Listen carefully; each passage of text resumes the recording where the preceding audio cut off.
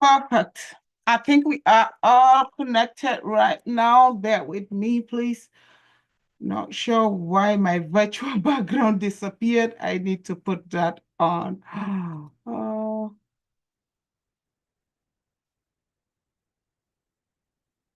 let me just see.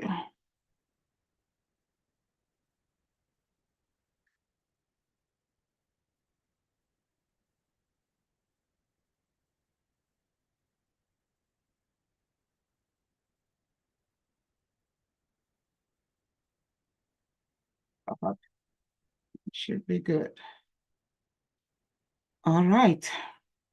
So welcome everybody to the Canada Virtuous Women platform. We're so glad that you are here. And tonight we are continuing from where we ended on Tuesday with a different theme on our workshop. So let me try to adjust my camera to fit. All right, we just want to thank the Lord for bringing us together again. We are a faith-based organization, so we always would acknowledge our Savior, our Lord and Savior, Jesus Christ, and thank him for bringing him into our midst and bringing each and every one of us tonight. Father, we say thank you. Oh God, we bless you. Thank you for this meeting tonight. Even as we continue, we ask that your presence will take full control. In Jesus' name we pray. Amen. Again, I want to welcome each and every one of us to this platform. Mama B, please, if you can hear me, let me know. I cannot find the first speaker is Coach Leah tonight. Okay, perfect. And I don't know if she is there. So you will do me a favor to let signal me so that I would know if she's there because I can't find her on the screen. Is she there? Okay, sorry. Okay, so I think her camera was off. Okay, perfect. Good. Thank you. Now I could see her. So I'm gonna send a signal to Coach Leah to unmute. Please know that I have to unmute people just so that we can have we can stop some background noise. So if you mute yourself, you need to unmute. Please you need to speak, please just indicate with you can just raise your hand up from the bottom of the screen. I will know that you want to talk and then we can give you the time to speak. But without that, every other speaker is gonna stay muted for now. Now, I want to remind us that the project that we're working on is a project that is funded by the government of Canada. And so we want to fully acknowledge the government of Canada for trusting us with this project. That said, I am going to do a land acknowledgement for us. And as I do the land acknowledgement, you can help me just throw in the chat wherever you are connecting from. And so we are based, the Canada Virtuous Women Kaviwo is based in Ottawa. And so we will be doing our acknowledgement upon the land of Ottawa. But if you are under the sound of my voice and you are not in the land of Ottawa, please make sure you just let us know where you are connecting from.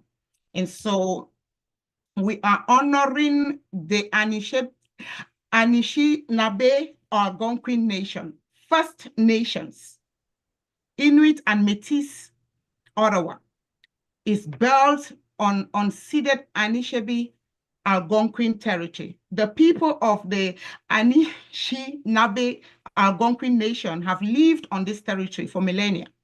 Their culture and presence have nurtured and continue to nurture this land. The city of Ottawa honors the people and land of the Anishinaabe Algonquin Nation. The city is home to vast and diverse Indigenous communities. The city of Ottawa honors all First Nations, Inuit, and Métis people and their valuable past and present contribution to this land. So let me know where you are connecting from. If you are not in the land of Ottawa, you can throw in the chat whichever place you are connecting from. Oh, there's people connecting from outside of Canada. Beautiful, beautiful. Thank you so much for letting us know. Thank you for joining us tonight. We appreciate your presence. So we are going to start with the first speaker, and the first speaker has 30 minutes, so I don't want to dig into her time. We will allow her to speak for about 10, 15 minutes, and then we would ask everybody that wants to or has a question or has a contribution to whatever she said, and we will go from there. And tonight, our very first speaker is our very own Irene Asenji, called Coach Leah. And Coach Leah is a renowned high-impact speaker, a transformational life coach, author, and a singer based in Toronto or Brampton, Canada. With over 11 years of experience in coaching, mentorship, and outreach, she has inspired countless lives globally. She holds a BSc in journalism and mass communication from the University of Buea, Cameroon, and a master's in visual anthropology from the University of Tromsø, Norway. Recognized among the top 10 100 Black women to watch in Canada in 2015, she received the Inclusive Media Award. She also received the 2015 or 2024 Media Award. As the founder of Talk to Leah Coaching Solutions, she provides transformational coaching, public speaking, and training services, inspiring rapid transformation in her audience. Her expertise has been shaped by mentorship from Dr. Madison Gafferson, training with Lisa Nichols, and certifications from the Transformation Academy. She has spoken on platforms across Africa, Europe, North America, and the United Arab Emirates, and the Caribbean, advocating resilience, mindset shifts, and purpose. A published author and a gospel artist, she continues to empower individuals, corporate teams, and faith-based communities through her 6 C's success framework and motivational topic. And so tonight, Coach Leah will be talking to us on the topic Accent and Opportunity, leveraging language to combat racism. Welcome to our platform. You are one of us, Coach Leah. Please take it away.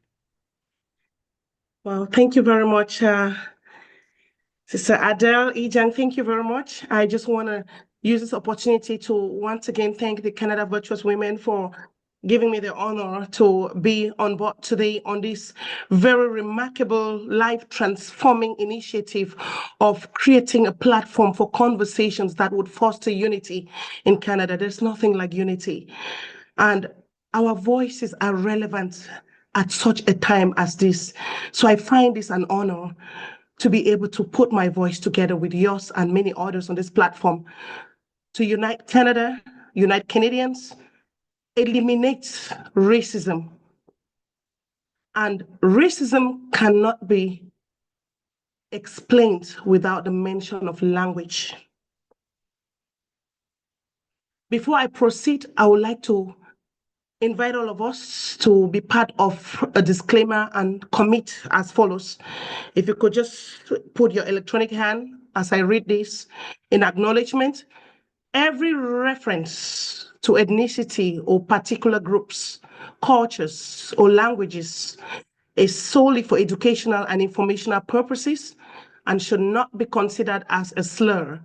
All data, experiences, real-life events, and stories are intended to foster the objectives of this event and should not be used elsewhere to depict any particular racial group, individual, association, or organization beyond the speaker's intent.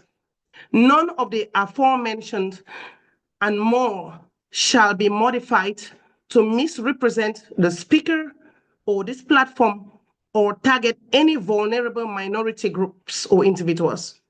Please drop the words "I agree" in the comment box before I continue. Thank you.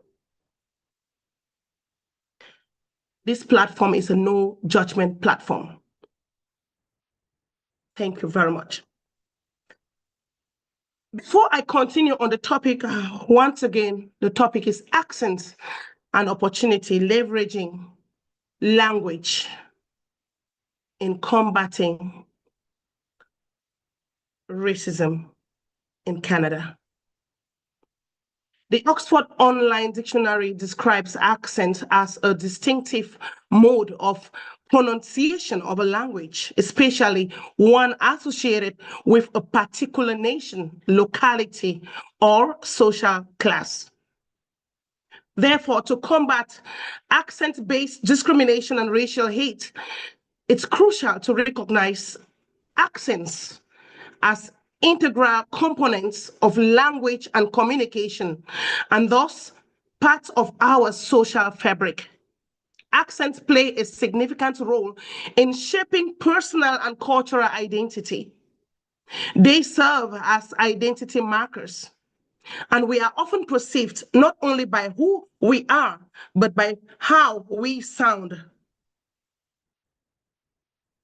The objective of this discussion is to highlight the beauty in linguistic diversity.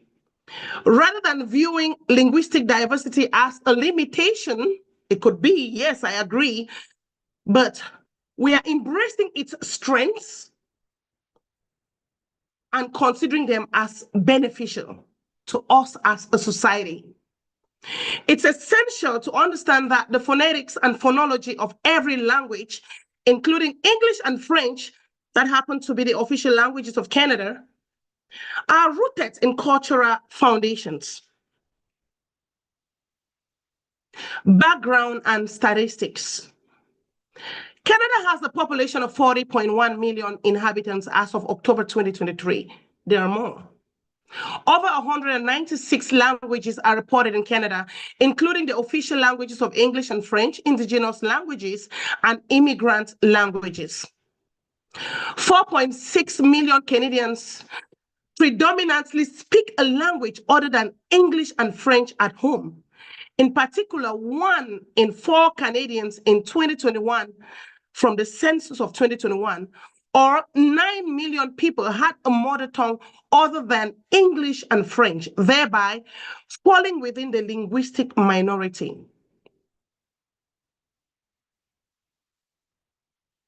What does this mean? I'm now saying we, immigrants, those that came to settle in Canada through immigration, could be work, family reunion, marriage, asylum seekers, we form the visible minorities in Canada. I would like to define another key terminology, visible minority. Visible minority refers to whether a person belongs to one of the visible minority groups defined by the Employment Equity Act. And the Employment Equity Act defines visible minorities as persons other than Aboriginal peoples who are non-Caucasian in race or non-white in color.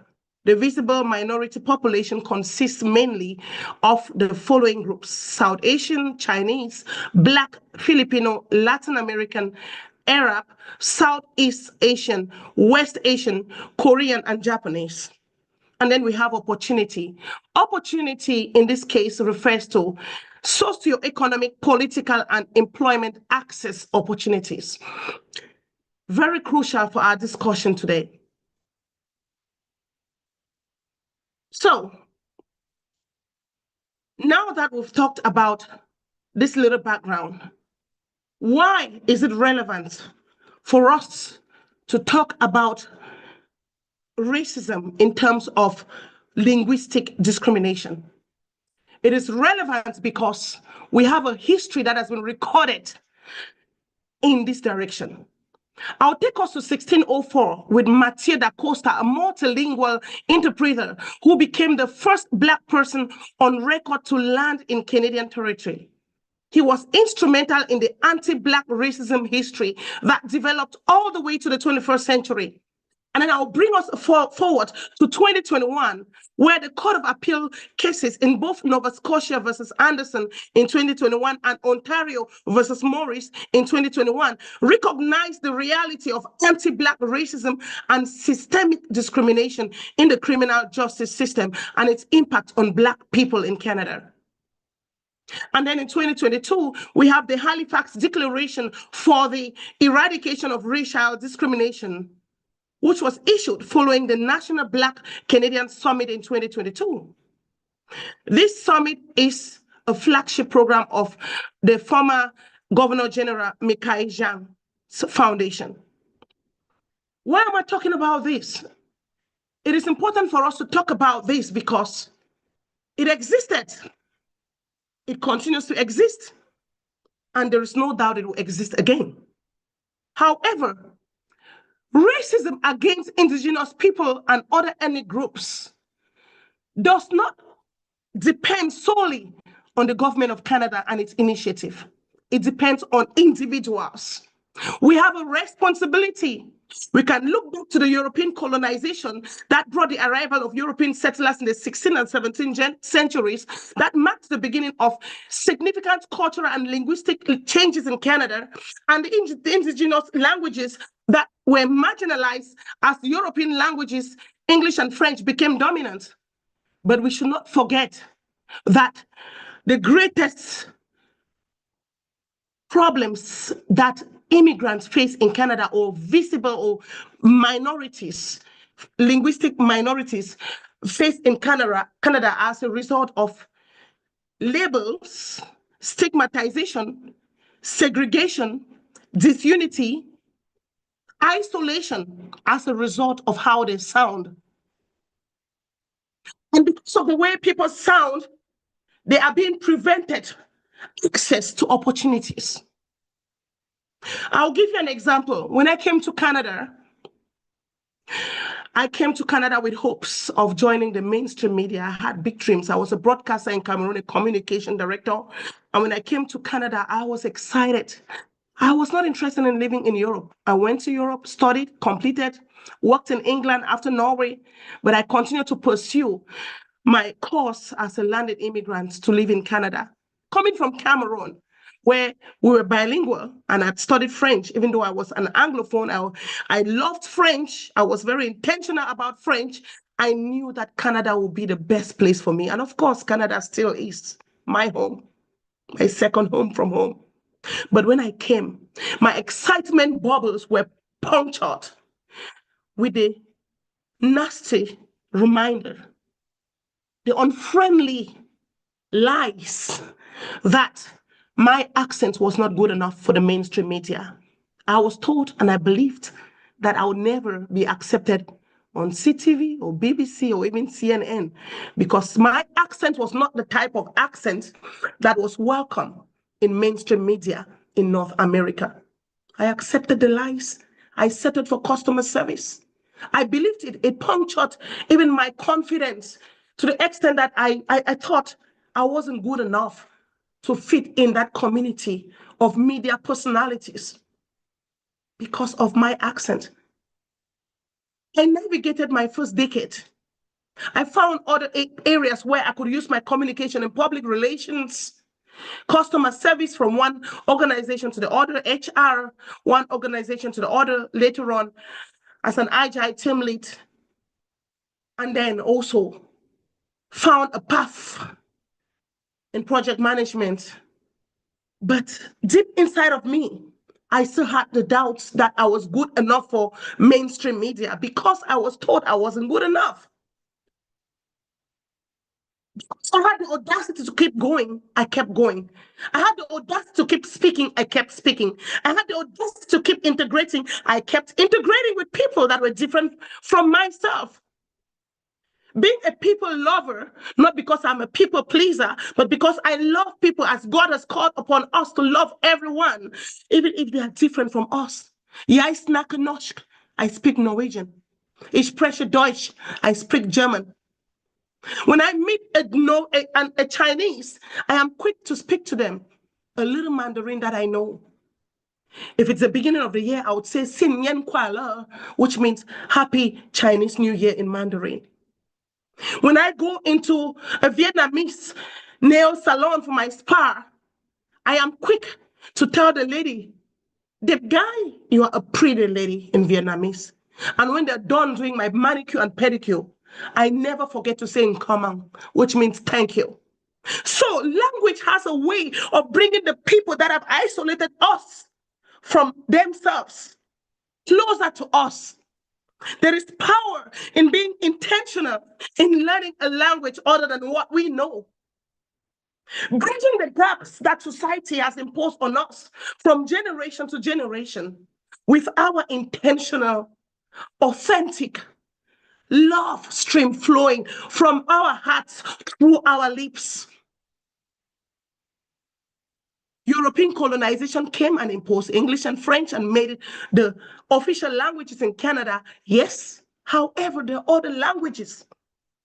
It would be unfair to assume that we could just come with our languages into Canada and impose on the Canadian government our languages because we are many, because we've never bothered to learn English.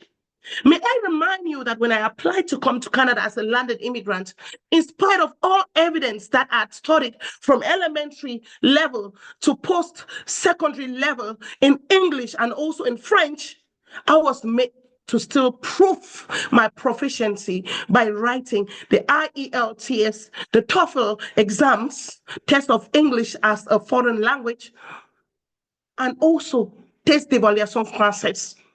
I did that while I was in Norway, sent all the documents, the exams that I passed to prove that although I'm from Africa, in Cameroon, where we have over 290 other ethnic languages in Cameroon, I still had to prove that I was not going to come into Canada and speak like a monkey or speak my Ngemba or speak something else. I'm not saying that was the intent of the Canadian government, but there are people that have these stereotypes about people that come from Africa.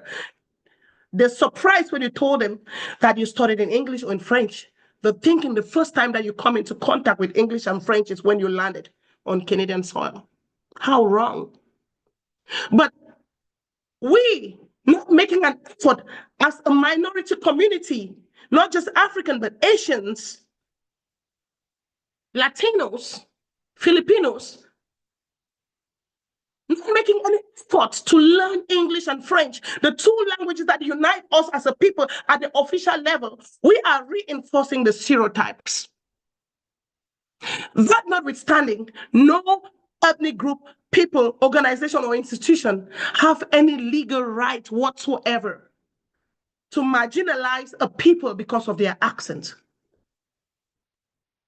We have to take responsibility in accepting that the spiral of silence cannot be silent anymore. On that framework, I would like to say one thing. Justice anywhere is a threat to justice everywhere. Martin Luther King wrote this in his 1963 letter from Birmingham jail. Alvin Toffler, in one of his powerful statements, says the illiterate of the 21st century will not be those who cannot read and write, but those who cannot learn, unlearn, and relearn. We've learned our history. We've learned the pains. We've felt some of it, the discrimination. Are we going to unlearn that history and relearn what is necessary for us to bring in a new transformation into a community where transformation is possible? One person, one initiative like what the Canada Virtuous Women is doing right now at a time. And so I join my voice with Alvin Toffler, Martin Luther, to say uncomfortable conversations create the irritations that lead to the transformations that we need. Yes. Why? Because we cannot rely on comfortable conversations to bring any form of relevant transformation to our society. Change is not comfortable. Transformation is like pregnancy. Canada is the expectant mother giving birth to immigrants, nurturing them as a mother nurtures a child should be its primary interest. Canada cannot remain the same after giving birth to fraternal babies. We are fraternal babies. We're Chinese, we're African, we're Indian, we're Arabian, and you name it. We are not the same way. We don't look the same. We can never sound the same. We cannot be stigmatized and punished the same. If ever we should be punished, it is not too much to ask that we love one another It is not too much to ask that we are given equal opportunities at the workplace. It is not too much to ask that we stop forcing adaptability by bullying to conformity. The victims of conformity through adaptability that has been inspired or instigated by bullying, they do not live. They are always only just existing. Racism continues to thrive because the theoretical inclusion of minorities has become more romanticized than the practical realities. Do you know why? Everywhere, everybody has, they have the rainbow on their websites, their job sites, in interviews, the forms that you fill, especially in government employment websites. They will tell you, do you identify as Black? Do you identify as this race and that race? And you're excited thinking that it's always about inclusion. The truth is, let's say it the way it is, it's true. Sometimes choosing to identify as Black is just giving the opportunity for the recruiter to exclude you. Let me share another example of what happened to me.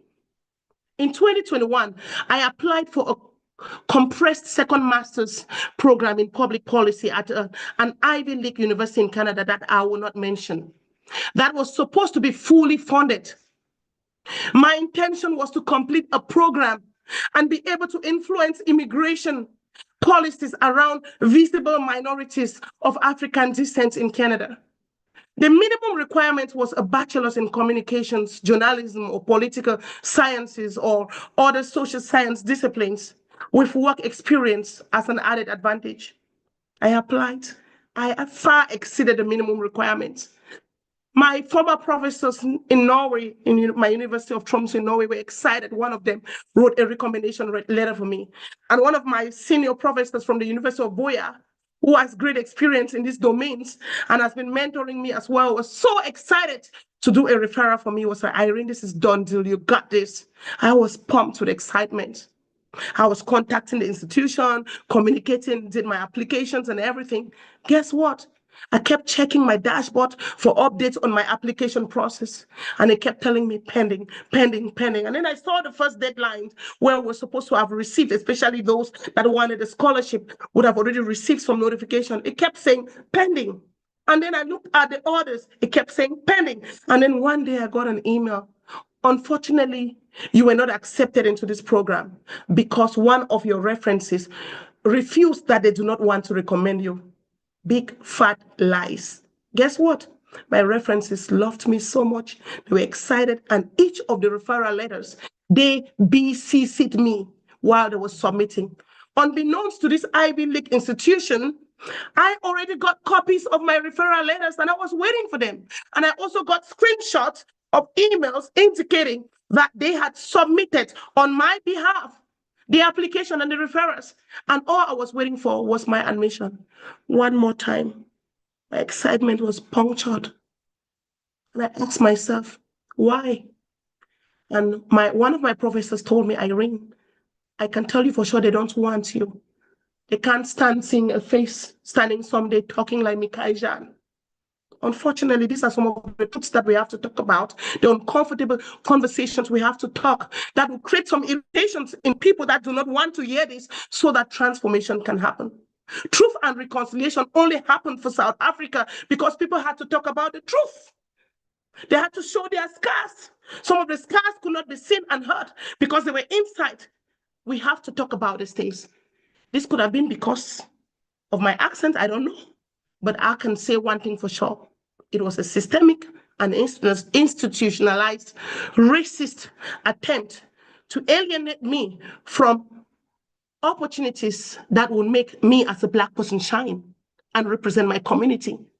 Recently, a number of Black people came out on a class lawsuit against the Canadian government for discriminatory practices in workplaces over decades with so much hard evidence.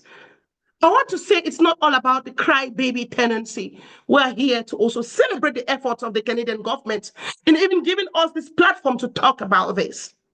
What difference can we make? Now that we know, what do? We have to acknowledge the negative.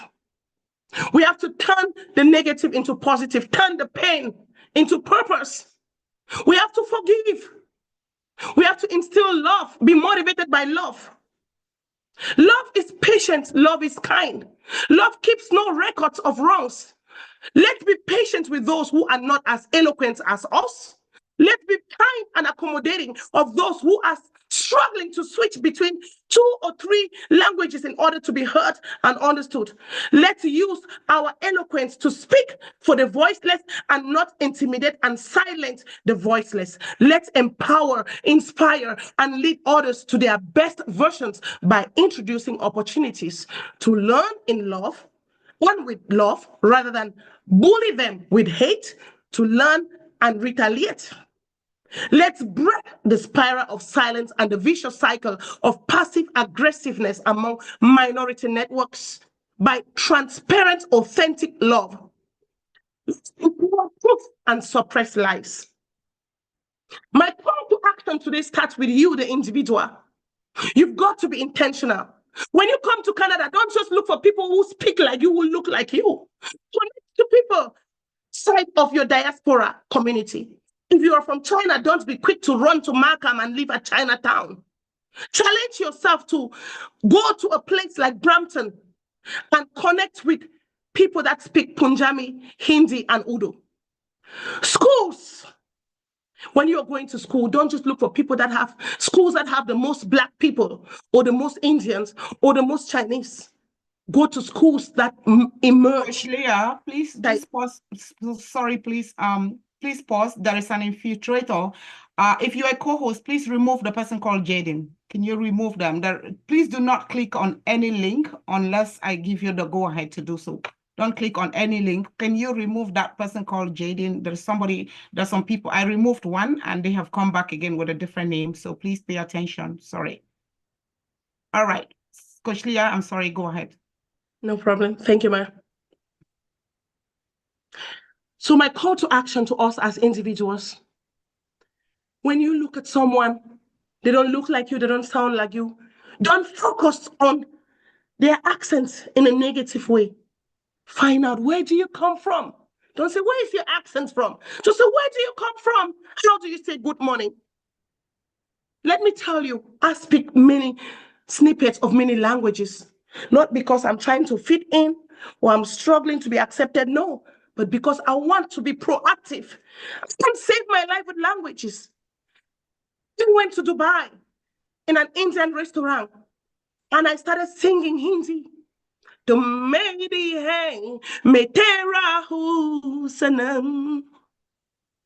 that means you are mine and I am yours. The shopkeeper was excited and he said, where are you from? And I said, from Cameroon. Where do you live? I live in Canada. I said, you're speaking Hindi. He blessed me with so many gifts and he slashed the prices of the stuff I wanted to buy. He was moved and he asked me to start a TikTok channel where I can speak Hindi. I haven't done that yet. But this is how you go to a place. Someone may be planning to harm you, and because of the voluntary freedom with which you speak their language, you draw them close to you. Maybe they have stereotypes about you as a Black person being harmful, and because you embrace them and their language with love and in love and authentically, you became a friend. Imagine if every single visible minority in Canada could intentionally learn another language other than French and English, not forgetting French and English. Imagine how much we can combat in Canada, especially racism and exclusion.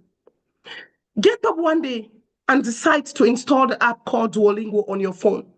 Learn Spanish, walk into an Italian restaurant, and when you eat your dining, just say grazie.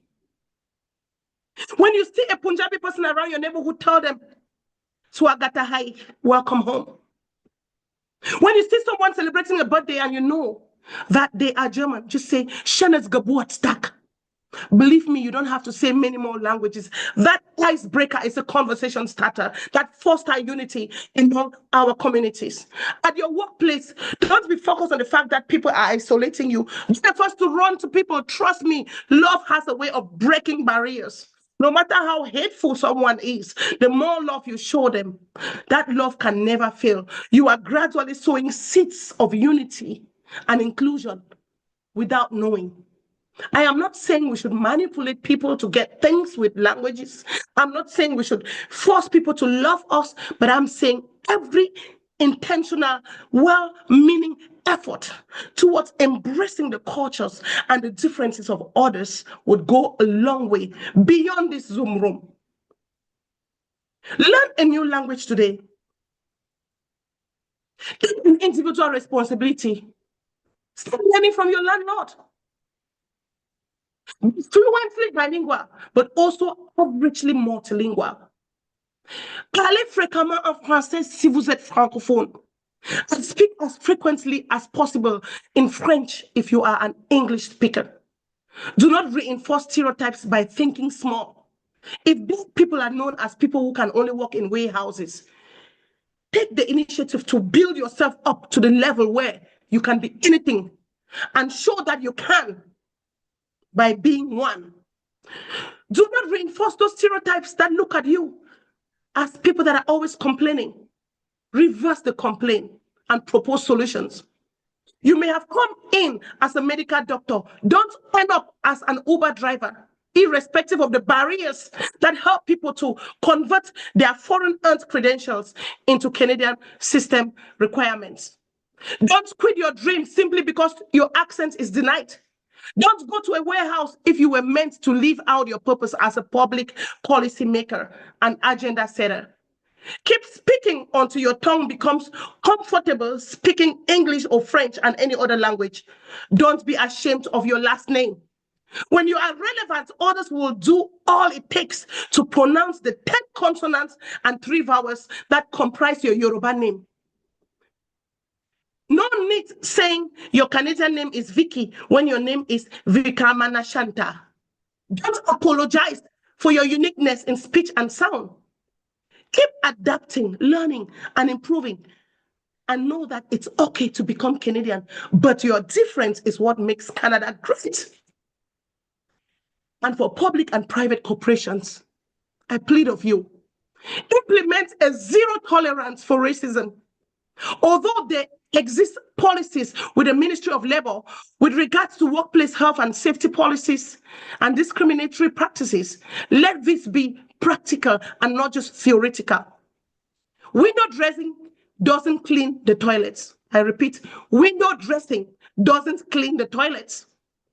Legislate and encourage activities that promote multiculturalism, highlighting the beauty of diversity over the stigmas and stereotypes propagated against visible and audible minorities. For example, try to legislate HR managers to focus on the qualifications and the value potential employees have been tested and proven to possess, as opposed to eliminating job seekers based on their linguistic limitations.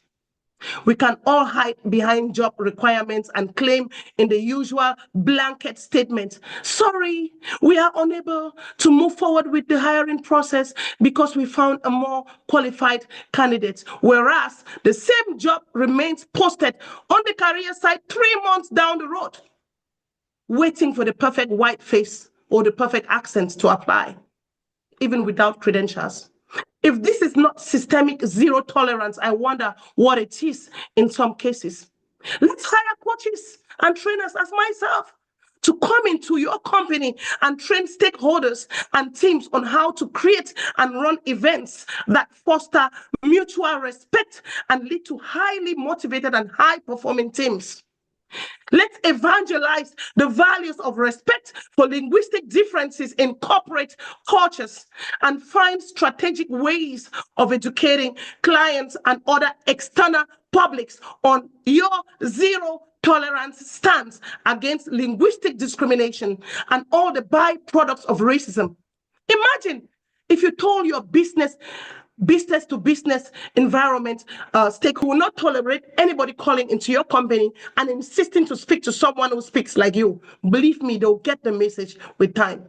If you're afraid to lose your customers at the detriment of your employees, then you have a long way to go as a corporate organization. The more we stand our ground and we do exactly the same thing, whether it's in Quebec or it's in the territories or it's in Ontario or wherever, believe me, our stakeholders, our business partners, our collaborators will get the message. If we organize skits at company events that model the often hidden dangers of racism and linguistic bias to the emotional, psychological, and even interpersonal relationships at work, believe me, change would begin and continue. Just because we don't see the win doesn't mean the win doesn't have devastating consequences on our relationships. I look at, systemic racism as the win effect. Sometimes people are scared. People do not want to talk because the first time they open their mouths, people laughed at them. And then they quit going to the forefront and they go relegate themselves to the background. Meanwhile, they have so much talent that can contribute to our economy, our politics, and our society. Let's promote deserving immigrants and remunerate deserving immigrants as often as possible. I cannot be doing a job with a master's degree and someone who happened to be a college dropout gets paid higher than me because they're white. It's not fair. We must exercise restraint in rushing to conclusion until we hear out a foreign speaker till the end. Let's not block our ears and say, oh, they sound horrible. Racism must be erased.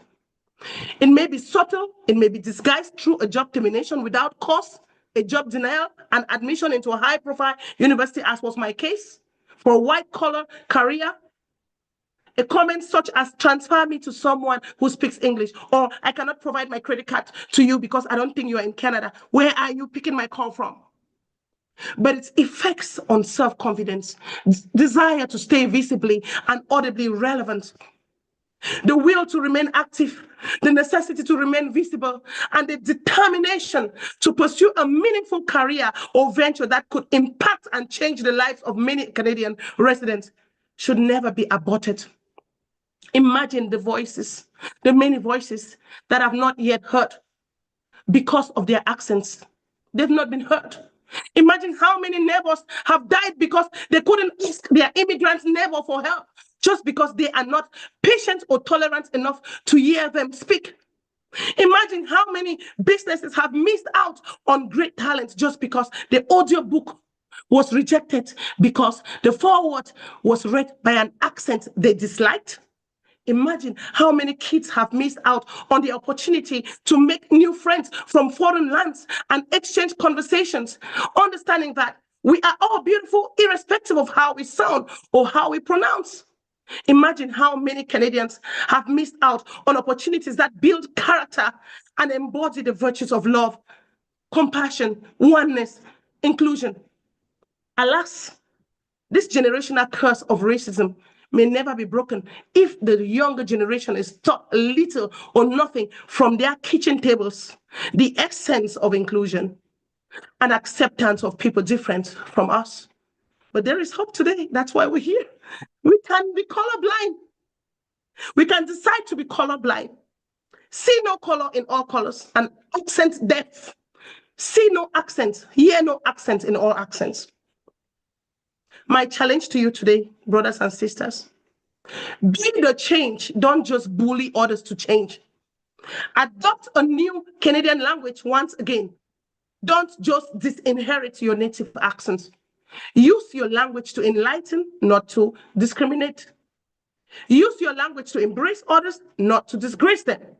Use your language to participate with others, not to segregate from them. Use your language to love others. Don't just love others that speak your language. On that note, I would like us to do a little exercise before I ask for questions. A little exercise.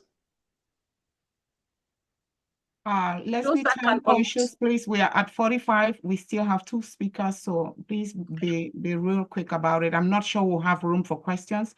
We have 2 speakers still left after you, please. Thank you very much. So I just want to ask us to do a quick 1-minute exercise. If we can all, for those that are able to unmute, repeat after me. For us to succeed to eliminate racial and linguistic discrimination, we must start by forgiving today.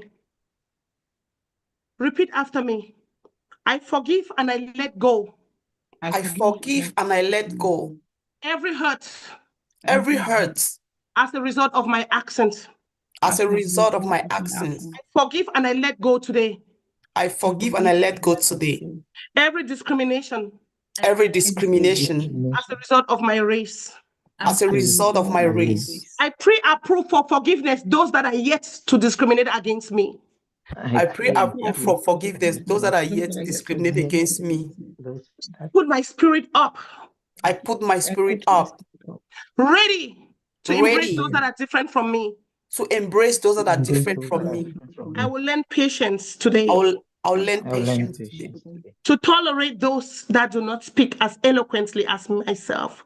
To tolerate those that do not speak eloquent as myself. That note, I want to say thank you for listening. Thank you for the opportunity for us to be the change that we want to see in Canada. Believe it in your heart today and go out, challenge yourself to start something. Say today is a new day. It will start from me, from my home, to my children. And I know we will come back to testify again on this same platform, one initiative at a time. Thank you very much. I know there's no room for questions, but if there is later on, I will take it. Thank you very much for giving me your attention. And I honor you all for giving me the opportunity to just pour out my heart on this subject. I love you all. Over to you. Thank you so much. Thank you. Thank you. Thank you, Coach Leah. Thank you. That was really, really amazing. Please, we will not be taking questions now because we are out of time. We are already at 47 and we still have another speaker. So I would just move straight to the speaker. We need to be time conscious. So keep your questions, just write them down, or if you have something to say or contribution to make, I recommend that you just keep it. Once we are done, then we could do that so that if some people need to leave, they can feel free to leave, but because we must be time conscious. So I'm going to pass it over to the next speaker for tonight. And this speaker, we would also ask that we keep our speaking time really, really short so that we can take questions, because if we speak all for the whole time, then there will be no time for speaking. And the second speaker will be speaking on promoting the effective participation of Black Canadians in social and economic life. And she will tackle it from the end of, from the perspective of finance. So she will handle it from the perspective of finance tonight. So I'm going to introduce to you the next speaker, who is no stranger to our platform, but Dr. Rose Joshua. She is a senior financial broker with a PhD in computer science and a variety of work experience from academics and industry, including the government of Alberta, CGI, IBM Canada, Shell Canada, the University of Calgary, and York University, amongst others. Having obtained her bachelor degree in computer sciences since 1985, she has more than 40 years of post-bachelor experience in various industries, including project management, software development, oil and gas, health, advanced education, and finance.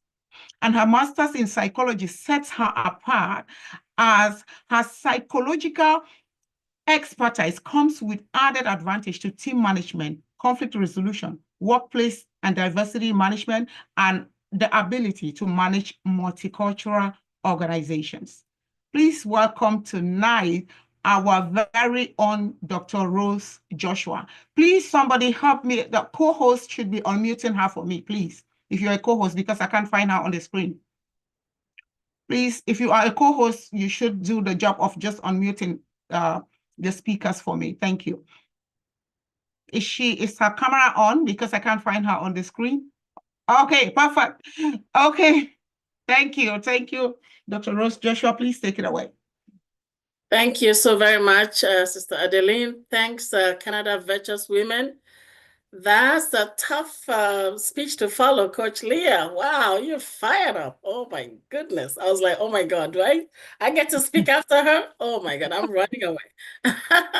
Really fired up. So a big thank you to everyone to CVW for bringing me in today. I really, really appreciate you.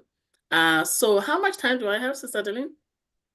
We do have, I would say we still have an hour, 10 minutes, but we would prefer you take maybe 20 minutes in your presentation so that you give time. I believe that there's going to be a lot of questions. I'm sure some people have questions for Coach Leah, and then we still have the panelists. We have a guest panelist here to also contribute to.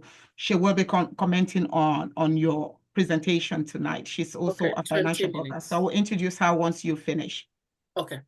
You could share. I'm sure you're going to need to share your screen. Is that? Yes. Okay. I made you co-host. Okay. Please go ahead. Okay. It's 20 minutes. I'm starting that. Okay. Welcome, everybody. 20 minutes. I'm going to speak real fast. Well, you can go up to 30, but yeah, because we have an hour and 10 minutes, so you can go up to 30, please. Yeah. Okay. Sounds good. Well, I have it at 20, so I can give myself. Yeah. All right. So today we're talking about promoting economic and social participation among Black people.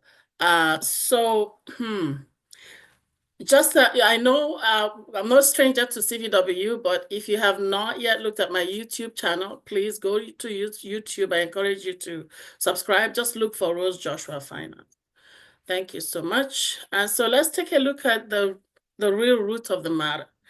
Mama, sorry, I'm just going to interrupt you for 1 second, Yes. please. Okay. I just wanted to say that there is a link in the survey, the survey link in the chat. This one now is legit. It is posted by Berta. So if you see Berta post it again, please, she would be the only person posting, or you can see it from Canada Virtuous Women. We're saying so because intruders have entered into the room and I had to kick some of them out. So the survey link comes from Berta, or you will see it from Olivia. So if you see that link from them, and watch out, because intruders are watching us, they could actually come in and maybe change their names. So let's be careful, but there's a link posted for the survey right now by Berta. Please, you can follow that link and you'll be able to do the survey, and there will be a raffle at the end. There will be some 2 or 3 winners. Thank you. Back to you, Dr. Rose Joshua. Okay, thank you. So I am restarting my time to 20 minutes. Yes, please do. Okay. All right.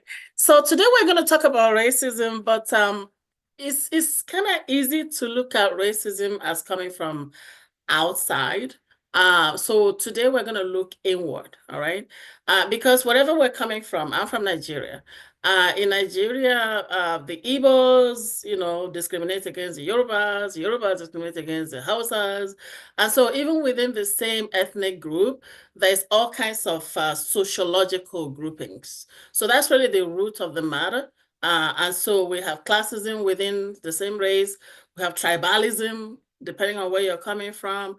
And so it's a wide spectrum that gets more and more complicated depending on who the parties involved. So today we're looking at racism, and there's the world is full of all kinds of studies, for many hundreds of years long of the impacts of racism. I really like the psychological work of Dr. Pike of University of California. She took a look at different spheres or dimensions of racism, interpersonal between me and you, 2 people, institutional, and Dr. Coach Leah really looked at institutional and systemic racism. But today we're going to look at the impact on us and what exactly are we going to do about it. So Dr. Pike identified what is called internalized racism. So one could have internalized racial inferiority, that is the victim side of things, or internalized racial superiority. There's some people who believe they're superior to you no matter what you say. Why? Because that's how they were raised. And they've been raised like that for generations and generations. And then there's some people, who, because of who we are always at the receiving end. But again, the question is, what are we doing about it? Okay, so these are, when somebody is exposed to racism for a long time, from generation to generation, they tend to develop some responses. And those responses are psychological in nature, and those psychological responses affect everything. So we're going to look at some of the psychological responses, okay? So one of the major responses is that having a victim mentality. And that is rooted in continuous long-term discrimination. And then, of course, when somebody is always marginalized and deprived of things, for example, somebody is deprived of food, or somebody is deprived of even education, like Coach Leah talked about, deprivation of things that are good, then the person could develop, or group of people could develop poverty mentality.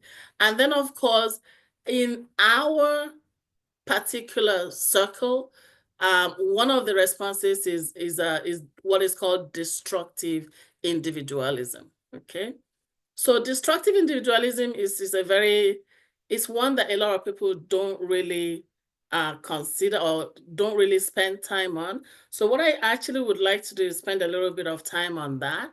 So when somebody is at a receiving end of basically attack or discrimination or racism, the person tends to want to protect themselves.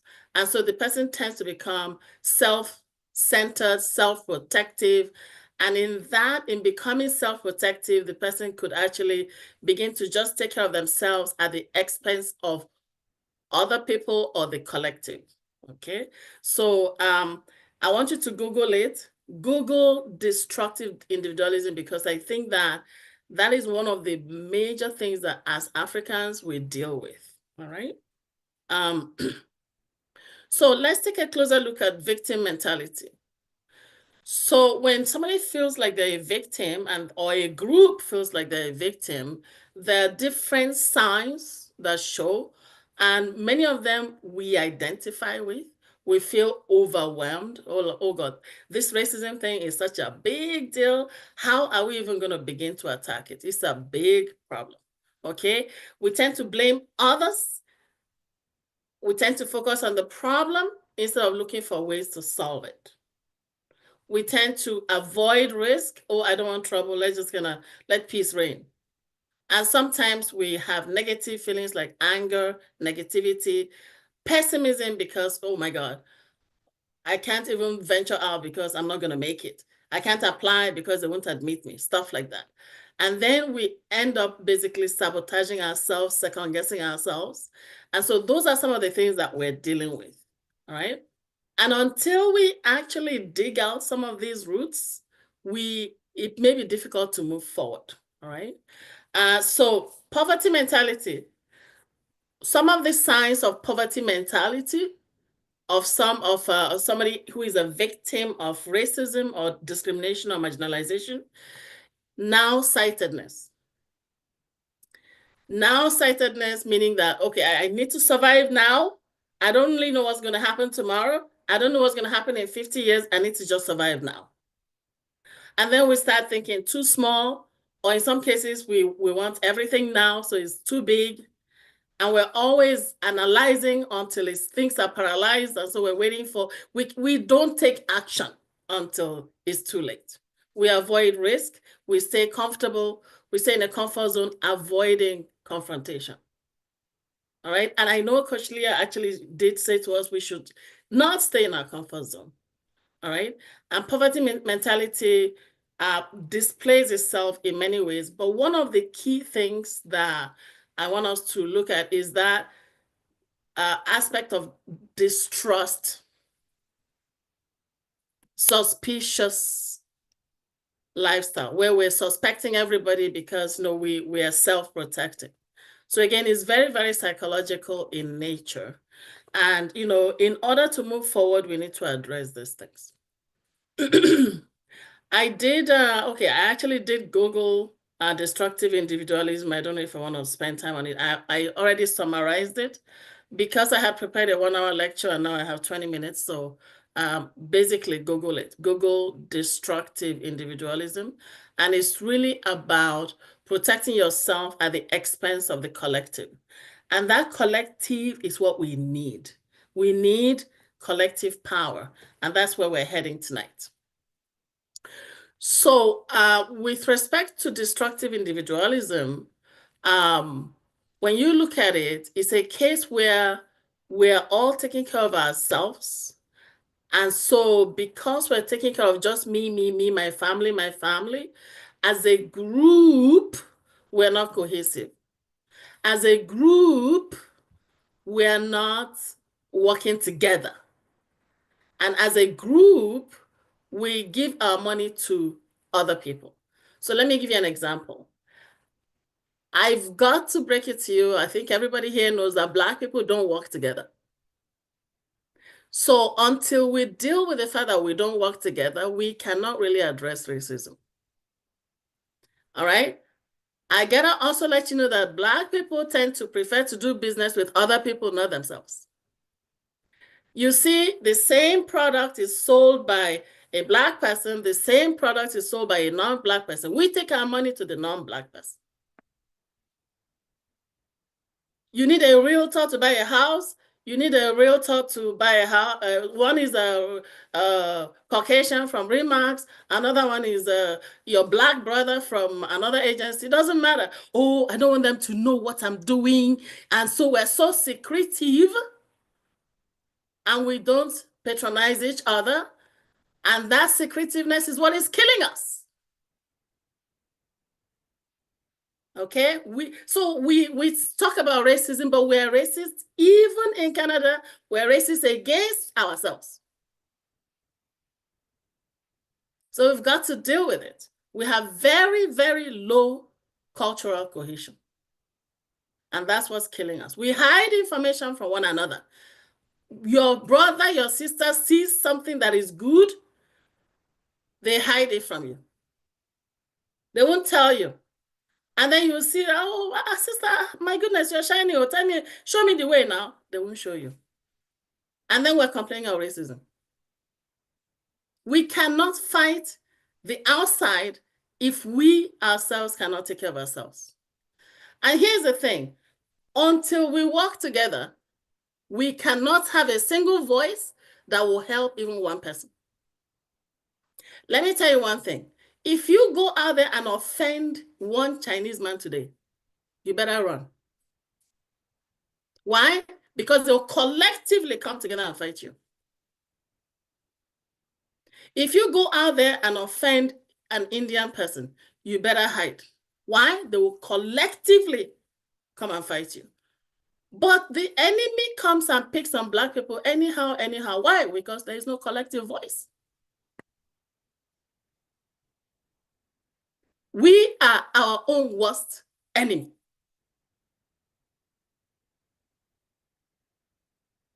And I want you guys to remember that. Let that sink in, because that's really what the problem is.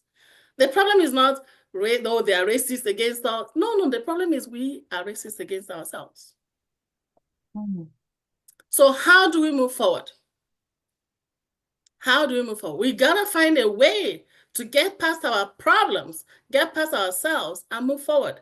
It's a long journey, but the journey of 1,000 miles is step by step, begins with one step, step by step.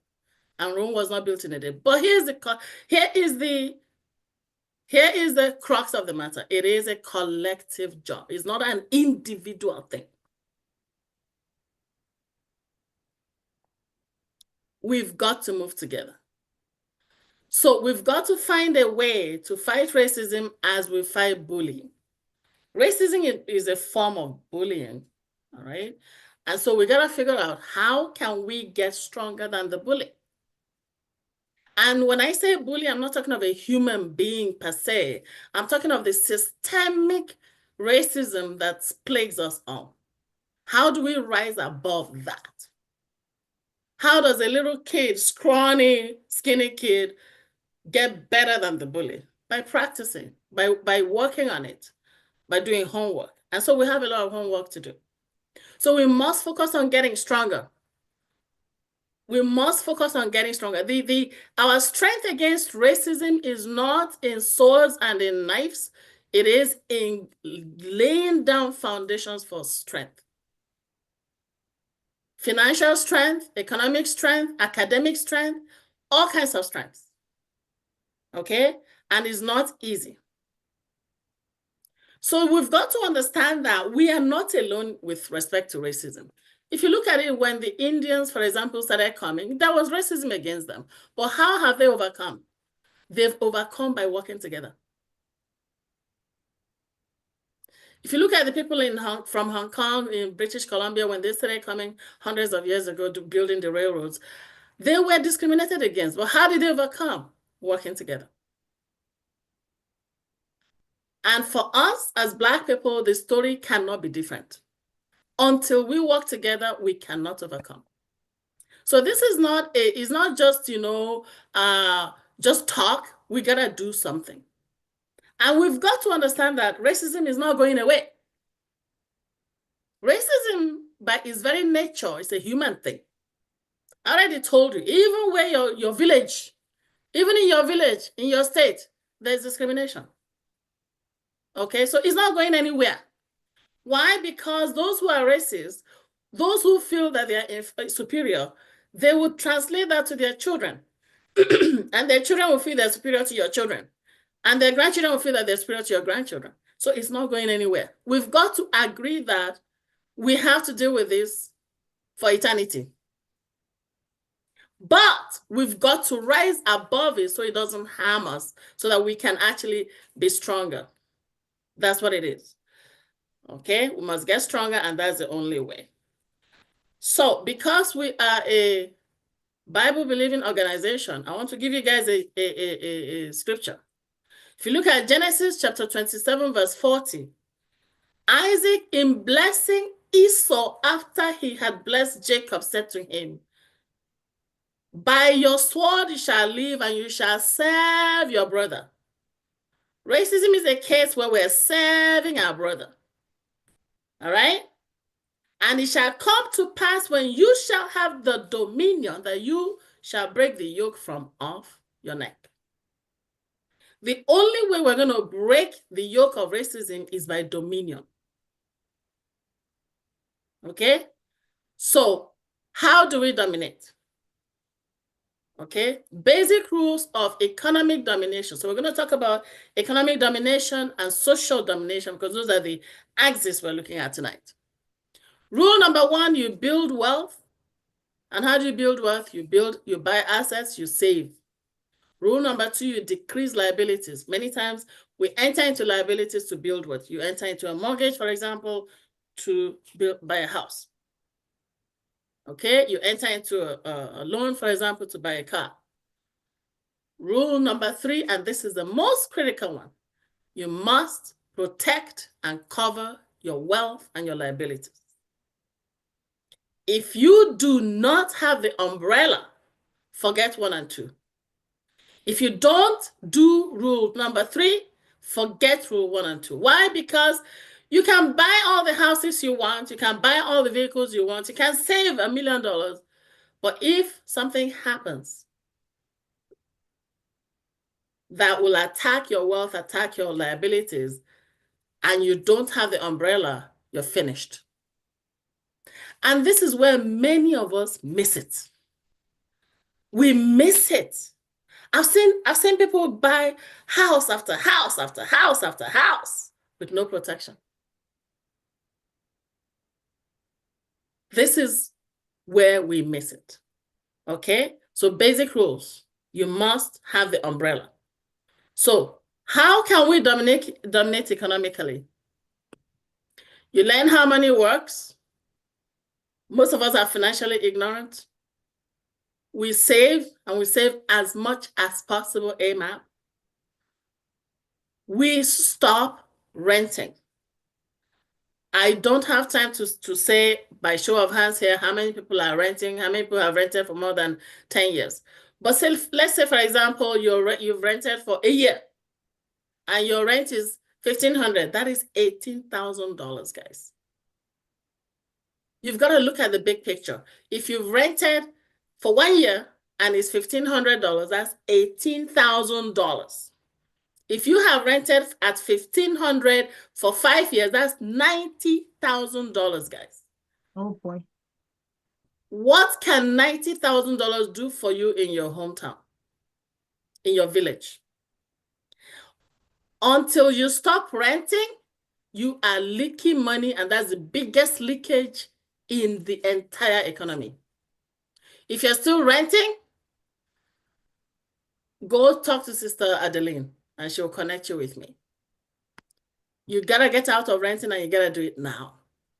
Even if you came to Canada 3 months ago, stop renting. Buy where you're renting. All right. Jeremiah 29 verses 4 to 7, what are we told? We're told to settle in our land of exile. Canada is our land of self-proclaimed exile. Build houses and expand. All right? Build houses. Sister Adeline, I have 5 minutes or 10? Oh, I have 10 more minutes. Okay. Have a plan B, and this is non-negotiable. Many of us just have a job and that's it. Or we have a job and second job and third job, but we are dependent on somebody's salary. Our life is dependent on somebody else's permission. You want to take your child to the clinic, you have to get permission. You want to go on vacation, you get permission. You want to go and bury your father, you have to get permission. So you gotta have a plan B that frees you eventually as quickly as possible from that trap of the employment salary. And don't depend on your employer because everything they give you is peanuts, relatively speaking. And you pay the highest taxes as an employee. We're always singing Abraham's blessings are mine. Abraham's blessings are mine. I'm blessed in the morning. I'm blessed in the evening. Abraham was not an employee. Let's start there. Okay, so let's help ourselves. Let's confess what let's practice what we confess. Genesis 49, 14 to 15, when Isaac was blessing the children of Israel, he said to Issachar is a strong donkey, strong ass. He found that the land was good. He found that the land was good and a place to bloom, but he gave his head, he subjected his head to slavery. He submitted himself to bondage. Guys, Canada is a land that flows with milk and honey, but we have submitted ourselves to bondage. We cannot be economically free if we are not looking at the milk and honey in Canada. And the milk and honey is here. Go and ask Adeline, she will show you how. There are people in this country who are making money while they are sleeping.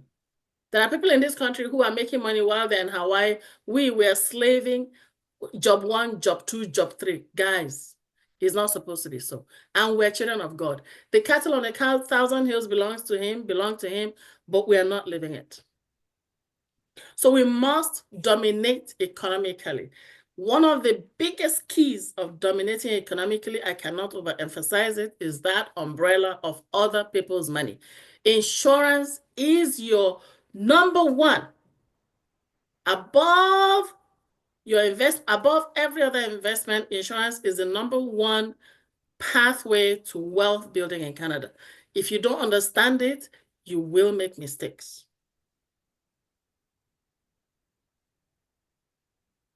A lot of people don't get it. They say, oh, and we're selfish. That individualism again. Oh, I don't want to pay, and then somebody else will enjoy it. Why? Okay, by the way, why is it that, what is wrong with somebody else enjoying it when they're your children? The Bible says that a good man lays up inheritance for his children's children. Are you a good person or are you a bad person? Okay, but we got to understand that there's insurance that you get that is double-edged sword, triple-edged sword. You get coverage for your loved ones down the road, but you also get coverage, money that you can take out of your insurance policy yourself, and you still have insurance. It's like basically getting free insurance. You've got to understand it. Talk to Adeline, she will show you how. In order for us to dominate economically, we must plan for our children. If we're not planning for our children, if we're living in the now, we have a big problem, guys. wealth building, children, we must plan for our children. I already talked about Proverbs 13:22. If you understand how to build generational wealth, your great-great-great-great-grandchildren will remember you for a long time. Set up a trust fund, put all the money in there, and stipulate how your money should be spent. Okay? So, working together, we need to work together, my brothers, my sisters. It's a shame to us that one person has this number of houses, the other person has this number of houses. Together, we have nothing. That's why we have no voice. Okay, so we need to start working together. The people, Canada needs to see us working together. Okay, Canada needs to see us blooming, buying businesses. Why is it that you look around, there's no gas station that belongs to a Black group? Why? Why is it that all the convenience stores belong to Indian people? What is wrong with us?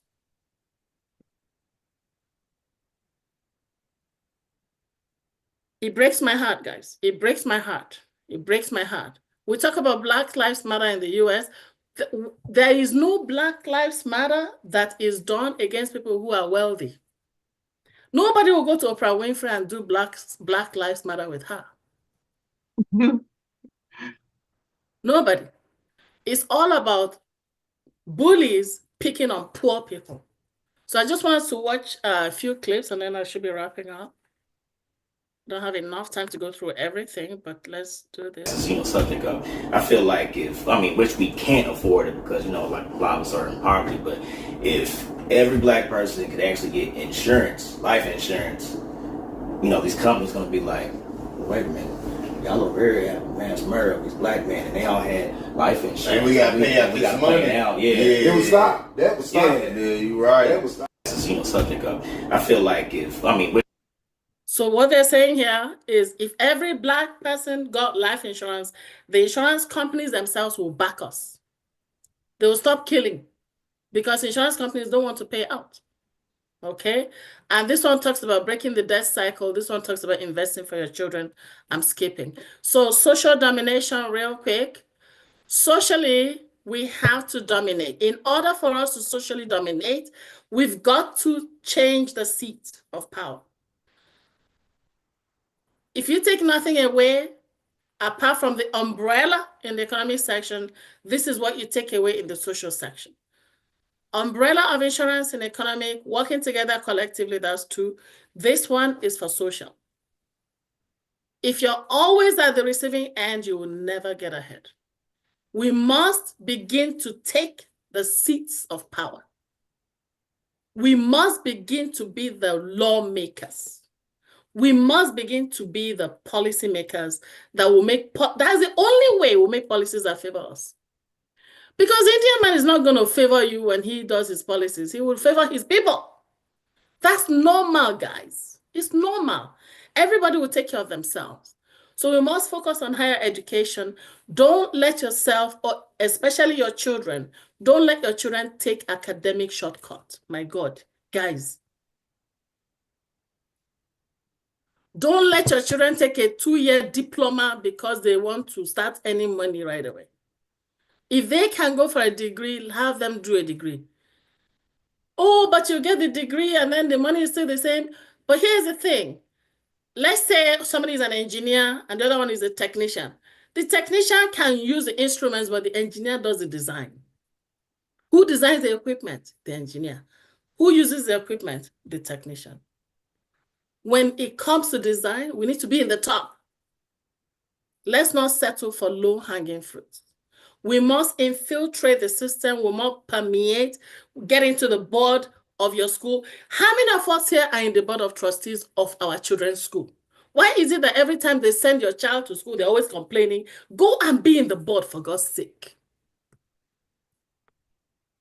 How many of us here are in the board of our condo? If you live in a condo, every time they pass something down, but you should be there making the decisions that favor you. If we just sit there and fold our hands, nothing's going to change. We must take action. We have no right to complain if we do not participate. We need to begin to see our people in politics, for God's sake. Go be the MLA. We need to get into the House. We need to see Black people running at federal level, Senate, for God's sake. Until we are up there, we cannot make rules that favor us.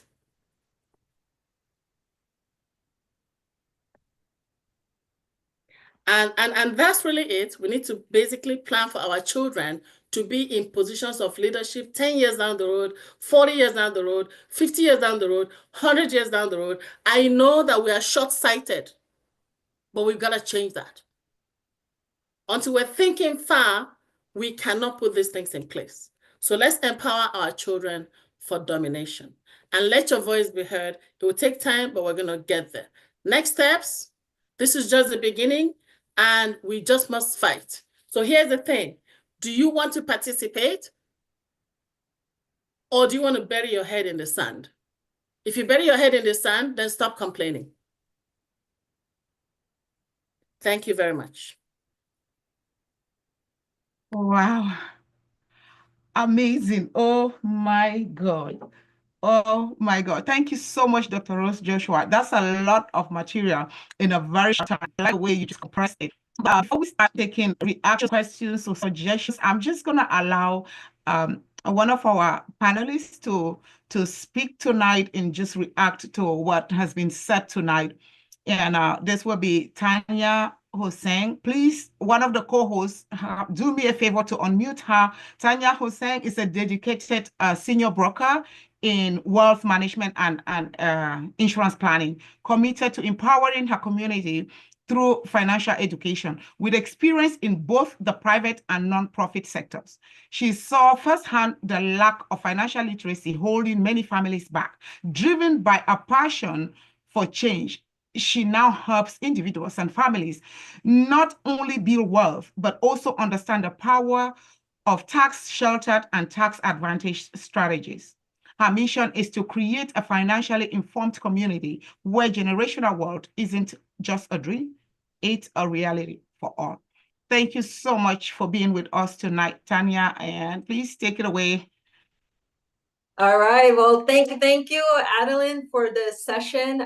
Thank you to Canada Virtuous Women, all the participants here, and appreciate Rose and Irene at the beginning, speaking. I mean, what a powerful session. This is my first time here. And it was my lovely friend, Olivia, who I've been friends with well over 18 years.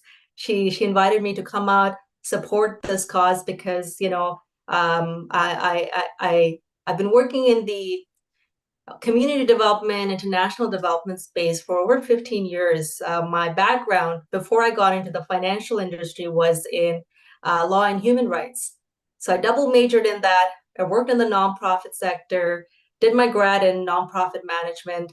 And while I was working with immigrants and refugees, and myself, by the way, wasn't born in Canada, an immigrant here. So don't let the accent fool you, because I came here as I went through the refugee process, by the way. So I saw a lot of the systemic discrimination that my own family faced. I understand that everybody here on the call have their unique lived experiences being here in Canada. One of the biggest things I can share, when I got into this industry, myself, I was very surprised, the financial industry, because I had no interest to be in finance. If you had asked me 6-7 years ago, Tanya, would you like to work in finance? I would have said, you're crazy. I love working with people in the community level. And what I realized is that when I was working with people in the charity sector, I was working with people who had double majors, masters, PhD, and they were very well educated. Their heart was in the right place in terms of wanting to give back to different communities, marginalized communities. But one thing I realized, and I found myself in that same situation, I hope, by the way, as you guys are listening, you can relate to this. I just found myself, here I am with multiple degrees, I guess you could say well-educated, but financially, I'm illiterate. I didn't know how the taxes work. I didn't know how money works in this country. My immigrant parents, all they taught me was hard work, get a degree, work in a company, work hard, and then move up and get a nice pension plan. So I found myself lost, looking for guidance from the banks, you know, and I thought that was the place where you go for advice, where they're really invested in you. But I realized that, you know what, it isn't.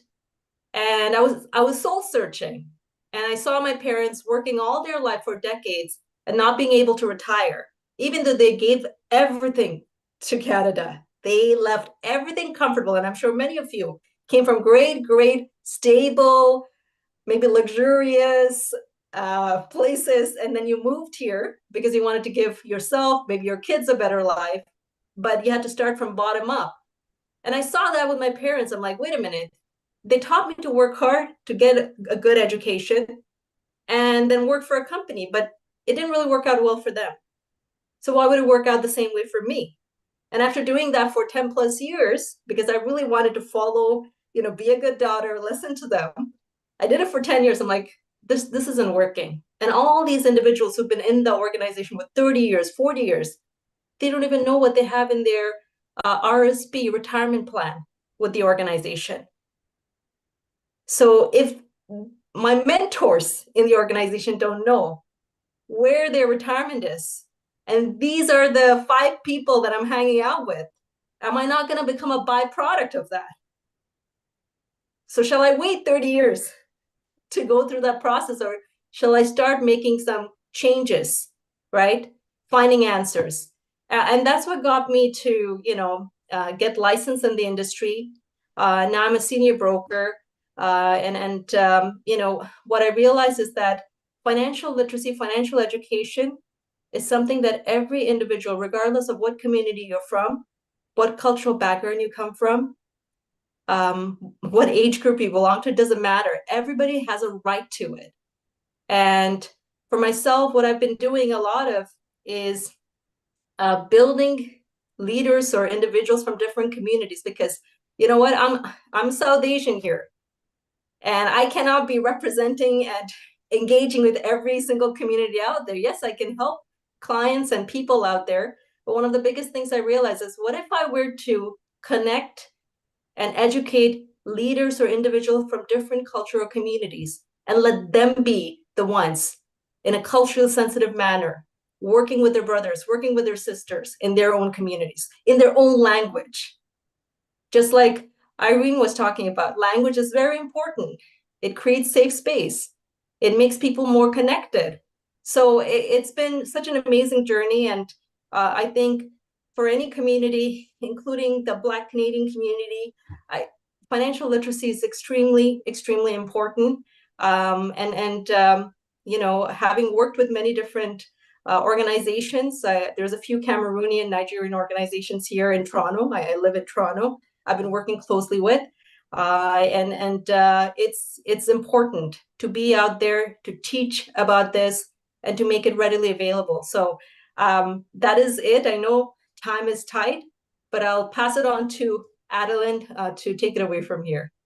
Thank you so much, Tanya. Thank you so much. I think we will still be coming back to you because, well, some people might have questions. We're going to start taking questions now, and if you have a question, you can always raise your hand, and then we will unmute you so that you can ask your question. And you can ask a question for Dr. Rose or for Coach Leah, and they'll be able to take the questions. So if you just have a question for any one of them, or you have a contribution to make or something to say or a reaction, you want to contribute to any of the speakers, then this is the time. We want to really give enough time for people. I think we still have have an hour to go, which is very good. It's the time that we desire so that people can ask questions. Now, I'm going to start, and then while we wait for others to come in, and somebody keep an eye out, the people that, Mama B, please keep an eye out on the chat and see, maybe some people have their questions there. They don't want to raise their hands, and that's fine.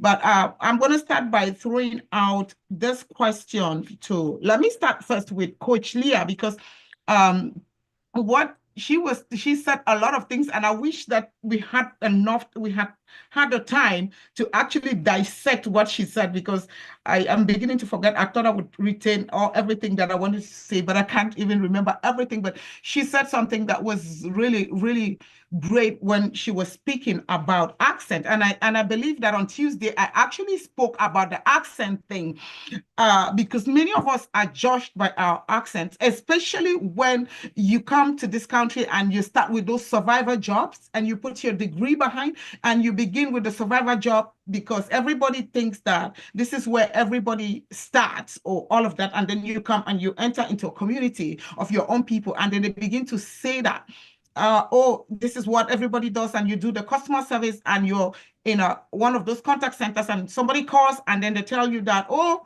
I don't want to talk to you, or they say, well, in which country are you, because you're not in Canada. I don't believe that you are in Canada just because you have an accent. Yeah. It is the highest form of discrimination that I have seen, because if I could understand you as a Canadian, and if I could understand you as a Canadian, why would you try to understand me? Because one thing that the person that is talking to me does not understand is that they too have an accent. Mind you, Coach Leah, they too have an accent. They have a Canadian accent, while I have an accent backed by my country of birth. But they are quick to judge my accent. They are quick to judge my accent, thinking that I'm the only one that has an accent. And so one of the things that we want to note as Africans is that don't let somebody intimidate you. And that's why I liked what she was saying, what she talked about. Don't let somebody intimidate you by your accent, because that's who you are, it's your identity. As much as we want to try to coin our tongue and struggles in a way that they should understand us, they should also struggle to relate with us. They should also make the effort to communicate with us and understand us, because I'm trying to understand you. It's not like I committed a crime because I came to this country that is your country, and so I have to speak like a Canadian because I'm in Canada. I am trying, I'm doing my best because I'm in Canada. I'm doing my best to adapt to the Canadian culture. But it's also a good thing if you would, even if you do not understand me, maybe speak to me in a way that is more polite. Somebody would be polite enough to say, please speak slowly. Somebody would say, speak slowly because I cannot understand your accent. That is good. It's a good thing. It's polite. I find it polite. But when you say, oh, just transfer me to somebody else, do this. I don't know what your experience has been about that, Sister Leah. What is your response? I'm curious to know what you responded, because I think I shared on Tuesday my response to those people, because I let them know they also have an accent. Nobody can put me down. When it comes to discrimination, you can't do that to me. To be very honest, when you're working, especially in customer service or any corporate organization, the first thing that you have in your mind is you have the ethics of that organization, the culture, and customer always comes first, as they say. But you could be very easy punished for responding, matching the irate nature of a customer or the rudeness of customer with your own rudeness. Mm-hmm. However, I always found a very nice way of doing it when anyone asks me, where's your accent from? And I'm like, what do you think my accent is? Yeah. Right? I throw back a question. What do you think my accent is? Yeah. And sometimes I'll just joke. I say, hey, it's from Wakanda, but Wakanda is not a country. Anyways, to be more serious, I would ask them, what do you think my accent is? Or where do you think my accent is from? And they're like, are you from Africa? Are you Jamaican? And then when I say, originally, I'm from Africa, but I'm Canadian. And okay, is it Ghana or Nigeria? And I'm like, Cameroon. Oh, Cameroon. So what I tell them is, can I tell you something? Can you do me a favor next time? Just ask, where do I come from? Where do you come from by origin? Don't mention my accent. Why? Because we all have accents. By the way, where does your own accent come from? She's like, of course, I'm Canadian. Then I use that as a way of quickly chatting.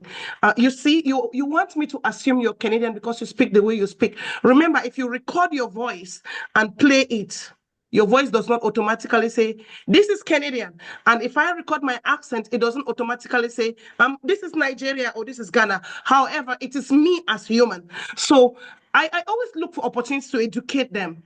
Mm-hmm. And they leave with a new idea. But trust me, it can be really annoying. If you have not worked on your patience, you could actually that could be the last day of that job. Yeah. And it will happen all the time. And Yeah. we discuss these topics because we know that these things happen and we've lived them, we've heard them. They still happen. So I always look for ways to educate them, to flip that negative into a positive. And I know that if I educate one person, they will go back and educate their family. That's how I approach it all the times. Thank you. That's why we share here, so that you can see how to approach that when next you meet that people like that, or people speak to you that way. That's why we have this, we're having this conversation. So we find polite ways of, and don't just allow anybody put you down just because you have an accent. No, don't let that happen. You must find a way to fix that up. So I'm gonna Patience's hand is up. She was the first. So I'll go with her, and then Dr. Rose, and then Marilyn. So Patience, if you can unmute, please. Thank you. Thank you so much. Brilliant conversation. I just want to speak. I'll take a really short time to talk on something that Sister Leah mentioned, and I really just want to appreciate you so much for this conversation about accent today. I think it resonates with a lot of us here, our coming to Canada, and where we started and where we are here today. But I want to share this. I want to come from the perspective where we shouldn't necessarily look at it like a bad thing, but embrace it rather. And the short story I have to share is when I had applied to grade school, or to grad school, they had requested that I take the IELTS. I was super frustrated, but they told me, Patience, this is the last thing we request you to do for us. And I said, okay. I took it as a challenge and I got there. I had less than a week to do that. Long story short, I took my IELTS, and 3 days later, when I was expecting my results, they sent me an email to say your results were under investigation. And I was like, what? They said yes. And I asked them why. They said, they're not going to explain anything for now. I just have to be patient. I'm like, no, I have a deadline for my results to get to my university. And I'm not going to sit here and wait. And then my husband quickly drafted an email and sent to them and say, we're going to have a lawyer come in because I can't afford to miss my admission because they can't trust the fact that my results are genuine. So they requested for my passport. I sent in my passport and they asked me, Cameroon is a French-speaking country. How come you could get the mark that you did in the exam? I'm like, I yet do not even know my mark. And point of correction, Cameroon is a bilingual country. So do your research.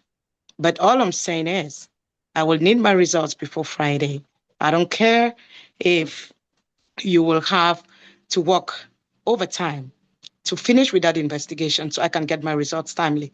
Where I am going with this is the fact that we have a background. We have confidence in the education that we have. Yeah. But don't let that limit you. I wasn't super frustrated about the fact that they were investigating my results. I was more frustrated with the fact that that could hinder my admission. Yeah. Sometimes focus on the goal. Don't let this accent or whatever thing distract you. And like Sister Leah said, you know what you want. Be confident in your abilities. And if it requires you to say, I'm going to go get down, sit on my butt and learn the English, learn it because it's an ability. It does not define your abilities. So don't ever be discouraged because somebody made a comment about your accent. Exactly. You know what you are capable of. It is not an indicator of intelligence. It is not an indicator of language proficiency or how you can understand your language. But maintain that because it is your identity and you are proud of it. I get super frustrated sometimes when I see people come to Canada and they want to speak like Canadians and they are really happy that I have to twist my tongue. And I need that. For me, it's a traumatic response for trying to belong. Be you. People will respect you for being you. That is all I had to say. Sister Leah, thank you so much. All right. Thank you. Thank you. I love that. I love that. I love that. All right. Let's move on to Dr. Joshua, please. Yeah, I just to add to this very good, really good, Dr. Actually, a good job. And Sister Patience, I really liked your story. I wanted to add something, and that is that when somebody says they don't understand your accent, you got to remember that it's not your problem, but their problem. Exactly. Because there's something called selective hearing. Yeah. There's a selective psychology where somebody blocks their mind because they see you, and in their mind, you know, it doesn't matter how you speak, they won't get it. Yeah. But they will see, and I mean, all of us speak better than the average Chinese. But when the Chinese person speaks, they understand. Why? Because they are paying attention to understanding all they listen. They listen attentively when the Chinese person speaks.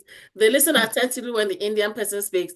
Why are they not listening attentively when I speak? Again, that is that selective blockade. That is their problem, not yours. Exactly. Yes, and here's the thing. As we get more powerful, it's going to get better. But again, we need to work on our collective power so that they can see, oh, here's a Black person, I better pay attention. Oprah Winfrey, I don't think she was speaking as good as she is now when she started, but they paid attention again because she has, you know, she's wealthy. If you look at an Oba or king from Africa, royal from Africa, they understand them. Why? Because they're people of power. Again, no psychological selection. Yeah. Oh my God, this is so good, Dr. Rosta. I just love what you said. This is so good. This is so good. It's selective. Exactly, selective. Because if I can understand them, why can't they understand me? Exactly, it's selective. Thank you. I'm going to unmute Sister Laura Maryland. Please take it away. After you, then I'll go to Sister Regine. Good evening, everyone. Thank you so much, Marius Joshua. Thank you, Sister Tanya. Thank you, Coach Leah, for this conversations. Thank you, everyone that is here. And I'm just going to lend my voice into this conversation to say that one of the biggest places that I faced racism is at my job. I work as an RN, and I came to Canada not being an RN. I had a master's degree in environmental management, but I decided to go into the health sector just because my education was not captured in Canada as a master's degree. That was what raised up to the standard of an engineer just because I brought it in from another country. And piggybacking to that, I had a degree from Cameroon in sciences. It wasn't what the standard of the sciences in Canada, because my 3-year degree was just 3, but Canada required 4. So I went into nursing, and being who I am, I went into a 2-year course. I did 2 years to graduate as an RN. And when I went to take the CRNE exams at that time, not the NCLEX that is now, we had a total of 220 questions. I was 5 months pregnant, sitting in that hall, feeling nauseated and feeling very sleepy. The exam was for 3 hours. I slept for a total of 1 hour, 45 minutes. When I woke up, I asked to go use the washroom. A male and a female investigator took me to the washroom. The female investigator came into the store. I did my business, came back, and in an hour, I was done 220 questions. I handed my paper, but I failed the exams. When they sent my results, they said just like patient's results, it was under investigation because they couldn't understand why I got the mark I got in 1 hour, because they watched the video of me sleeping and then they saw me leave. And then they brought me now into a room after my exams to ask me questions. Funny enough, they asked me those same questions and I answered them. And I am very playful at exams or at studying. Couple of months down the road, they said, oh, you failed the NCLEX by 2 marks, the CRNE by 2 marks, and you have to redo it. And I said, no, I cannot fail. I took an appeal. I was in Ottawa at that time, but I'd moved to Alberta. So I took an appeal. So I couldn't work. My friends were working that already passed. They told me that they couldn't answer me at the time being, and I may want to sit in for the next session because it was coming up in like 2 weeks. I am now approximately 8 months heavy. I have to go sit for that exam. I went into that exam room in Alberta. I did the same thing. I napped for a total of 1 hour, 45 minutes. I asked to go use the toilet. And when I came back, I wrote the exam for 50 minutes. And my score was alarming, higher than the one I had before. So they marked my exam within 5 minutes because it is this stencil. And they called me into an office and they had to search me because they thought me going into the washroom was me going to look for 220 answers to the exams. Lo and behold, I passed the CRNE the first time because 2 days after I wrote the exams in Alberta, my results from Ontario appeal came out that I had passed. So I did sue the government. I did sue the board, and I was paid my salary as a temporary graduate nurse for the period of time I used to study to write exams. Why am I saying this? Some of us don't know who we are. Some of us don't know what we carry. And some of us don't know how to use what we know. We come from far, but the things we've carried along is our resilience. It's our identity, it's our culture, it's our accent, it's our language, it's our knowledge. There is never a day somebody that does not look at me like me at work will come up to me and be like, are you the RN? The first thing I get is, are you the janitor? Oh, are you the PSW? Are you the unit cleaner? Are you the RPN? But nobody ever asks, are you the RN? So they'll go around looking for the RN, and when they come back, they will meet me, and then they'll go like, you look like a strong Black woman. And I'll be like, no, I am an educated woman. And they'll be like, is there a way that I can speak to your manager? I'm like, oh, at this time of the day, I am the manager. What is it you need? They will try to bully it. They'll try to go around. I'll be like, okay, I have given you my time, but I have other people who need my time. When you're ready to talk, you can talk to me, or you can come when the person you prefer to talk to is around. I respect myself. I respect them. I learn their culture. They don't learn mine. So I decided under multiculturalism, Black History Month, to educate them of my Black culture. I may yell. It doesn't mean I'm angry. I may have a body language. It doesn't mean I'm ignoring. I may not look into your eyes. It doesn't mean I'm telling a lie. I may kiss my teeth. It doesn't mean I am speaking a language. I may hurry to leave work. It doesn't mean I don't want to bond. But it means different things because I come from a culture that those things have a meaning. And I am forced to learn a culture that is not mine, but nobody wants to learn my culture. So I have taken upon myself to educate them that sometimes when I don't say nothing, it doesn't mean that I say yes. Let them wait for an email that they will not hear my voice, but they will see my knowledge. So I want to congratulate all the speakers for what they've deposited upon us today. As ladies in business, as ladies in education, as ladies in career fields, that we have to step up and educate our children. I want to say thank you for these conversations because they will forever make a difference. Thank you. Oh, thank you. Thank you. Is BJ ready for me? Is BJ ready tonight?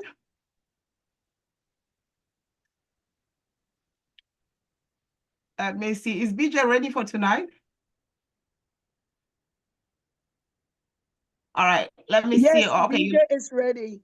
Oh, okay. Bring him on. And then after that, we can get the last two speakers. We have about 10 minutes to go.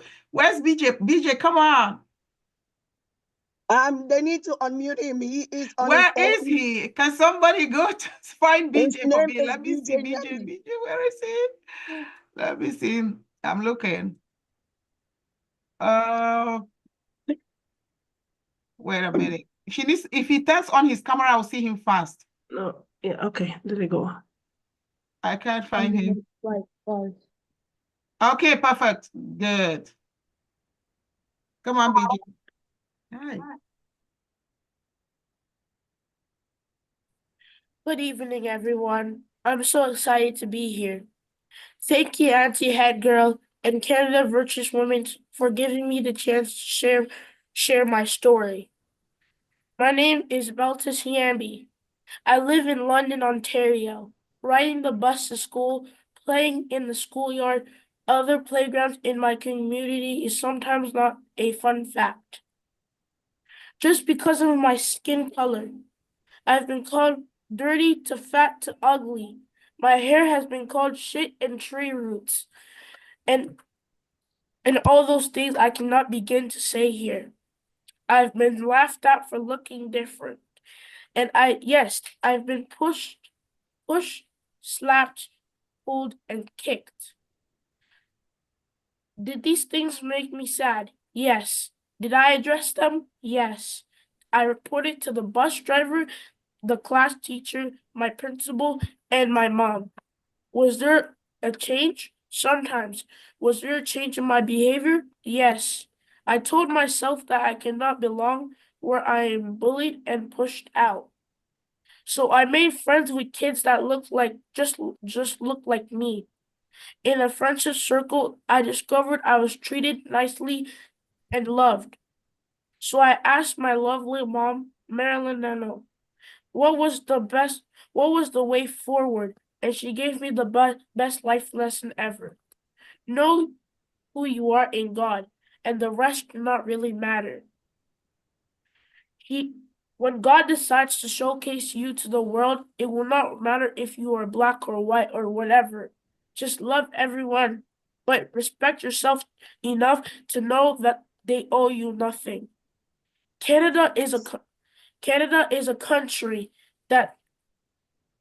my country, and I deserve to be heard and sing as an amazing human being. Parents, have you ever wondered what's going on in your child's mind? When they come home from school, they say always school was good or break down and cry. Please always ask them to speak up. Some of us hide it a lot, and it can ruin our mental health, like causing your child not to believe in themselves and think that we are weak and not enough. Speak up before things can get worse. True love and inclusion comes from God. He made us from His image for a reason. Race does not define us. Accent does not define us. Financial stand does not define us. We are human beings and we deserve better. Let us stand against racism.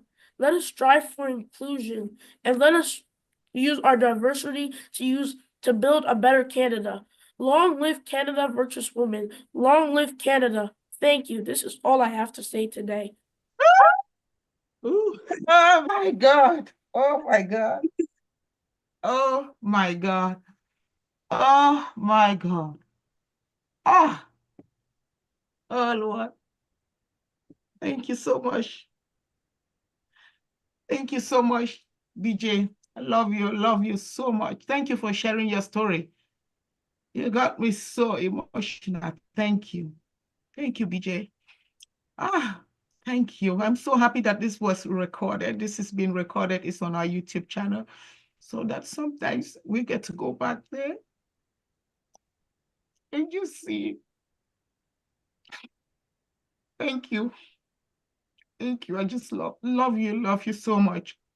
This is such a beautiful story. There are so many kids, and I'm saying this and tearing up because I speak to a lot of women, and sometimes you see their day is going crazy because of the experiences that the children had in school. Because they went to school, somebody pulled their daughter by their hair, they insulted them, they told them that when they switch off the light, the only thing they could see on you is your teeth because the teeth is white and because you are black. These are things that Black kids go through. So for BJ just to come up and be courageous enough to share his story it warms my heart because somebody's going to watch this video and this is the change that we're looking for. So thank you so much. Thank you. I just love you. In short, this is one of the highlights for tonight. I'm going to unmute. I'm just going to pass it on to somebody else. Oh, God. Regine and then Sister Olivia. We have 5 minutes. Please, Regine, please take 1 minute. And then Olivia will take 1 minute so that we can do a closing remark. Please go ahead. Okay, thank you, people. Thank you, people. And I just want to contribute a little for the two speakers for concerning the accent of a thing, and for the Dr. Rose. I just want to talk about a little bit of as she already explained. We just need to be able to be ourselves, integrate with ourselves so that we can be power. And for the accent of a thing, it will not end anyways. It will continue. Even if you like, you go and clean your tongue. In fact, it will still be, they will still say so. So I just want to give my own little example, and it may be funny. You know, Oyedepo, he said he went to England to preach, and he's preaching. They are telling him that because England call water, and they're telling him to call it water. He tell them, no, I am from Nigeria. I am not from England. If English is born here, I will speak the way I will speak. And God is still moving. So you cannot change me to be you. It's either you change to be me. Me, I can't be you. I am in Nigeria and I will remain so. So he's talking about his accent. Okay, like me, for my own job site too. You know, my own is, you ask me, I answer your question like Jesus Christ. When they ask me, where are you from? I just ask you to, where are you from? You know why? Because I know that here, Canada is owned by nobody. Everybody here, including the Prime Minister, is an immigrant. All of them. So if you ask me, where are you from? I say, where are you from too? Originally, okay, you too, where are you from originally? You will hear, they will say, oh, I'm from Hungary, I'm from Poland, I am from the, okay. So the land belongs to God. So it doesn't belong to none of you. So me, I am a Canadian. Likewise as you, we end there. So this is my own way. That is how I defeat them. You ask me question, I answer a question. If you answer me, I answer you. So that's the way. So normally, like my workplace, they always call me boss. Everybody, even the DOC, they call me boss, and I don't know why. I said, but I don't doubt it. I said, do you know why I am a Joseph here? If you want to know why, I'm going to ask Potiphar. Because I am a Joseph, so I am the boss here. And that is how it has been. I am the boss. So everybody call me that. I don't even know where anybody come. They say, we are looking for the boss. Even the next people want, they send them to me. Why? They say you are the boss. I say, see, you are not saying that you are, it's not a lie. This is me. I am a Joseph. Do you know Joseph? I am the one that make people to prosper. So this is me. So I don't care how you say my accent or what. They don't even talk about that accent, because if you ask me, I just ask you, where are you from? So this is it. We end it that way. Okay. So for Dr. Rose, I just want to say about the one she said about the racism thing. All we need is just power. We are talking about this man in Nigeria that is the richest, what is the richest businessman? What is his name again? Dangote. He's not an educated man, but because he has power, which is money. Nobody can see. Money is the power we are talking here. And Sister Vicky always told us that the Christian here don't have a voice. Why? Because we don't have money. Yeah. That's why these people that are doing all the foolishness, they hear them because there's money is what we need to be able to break the ground. Education is what we need to educate ourselves. It doesn't matter about your accent. If we educate ourselves, see, it's not about accent. This Indian, they talk, they hear them, right? That's how the Indian talk. See, when they talk to people, people should not try me. India, you don't hear them. People, they are, see, with the Chinese, nobody, they know me because I know myself. I'm just trying to say to us that boost yourself, don't change to be, just be who God said you should be. That's, Jesus Christ does not want to be like other, but people must be like him. Get this in your mind. That is me. I have my own way of seeing things. I am who God say I am, not who people want to dictate me to be. I just be me. So we should not try to mingle. We just be right, empower ourselves with education to be able to get to the top, like I used to say. If we have the opportunity to be at the Senate where they make decisions, go there. Don't sit and say because of my accent or whatever, my skin color. God doesn't have a color. Read the history. In fact, God, they say Jesus Christ is a black man. So please, we should change our mindset. That's just all my own I want to say. Yes. Thank you so much. Oh my God. These last speakers are cracking me up. Oh my God, thank you. Because of time is 10. So Sister Olivia, please, if you can do a quick, Professor Elizabeth Ayoki, sir, and she's going to say something too before we go, but exactly 10. So let's keep the time and respect people's time. Thank you. Sure, for sure. Amazing work, Canada Virtuous Women. And thanks again for hosting this great event. Thanks to all of our hosts and our speakers. Thanks to our Coach Leah, Dr. Rose, and Tanya. Really appreciate, learned a lot. What I wanted to say, you know what, just like BJ, it's okay for us to be different. You know, difference is good. That's actually what makes us stand out. And from all what the speakers have said, you know, regardless of what it's up to them, right? But it's all about, you know, building ourselves up, preparing ourselves all the time, and making ourselves a better version of ourselves. And just to wrap up, you know, I always find every single opportunity to talk about where I come from, even if it's in the midst of how many people at work. I can't count the number of times when it's time for me to present something. I present about Cameroon. I present about any organization that I represent. I just love talking, and they will listen because it's my turn to talk, right? Yeah. I have just this year, I have done several presentations. We usually have like some Friday demo sessions, and I've been one of the presenters. And what best to talk about where I come from. And that's how they keep learning and they know it, and they're gonna listen. Whether I have an accent or I don't have an accent, it doesn't matter. You know, difference is good. So, you know, it's all about just building yourself up, preparing, always come prepared no matter what. And just say what you have to say, and the sky is just your beginning. Thank you. Thank you. Thank you so much, Sister Olivia. Thank you. Thank you. All right. I'm going to give it to the last person tonight, and that would be Professor Elizabeth Ayoki. Thank you so much, ma'am. Please take it away. You have to unmute.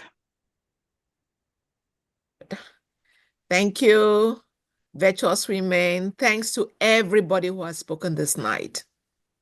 It could not have been more beautiful, more wonderful than this. Thank you so much, senior head girl, as I call her. This could not have been more timely. It's so important, all what has been said here this evening. I don't want to repeat, but I just want to say that just like BJ said, I was almost like tearing when he was speaking.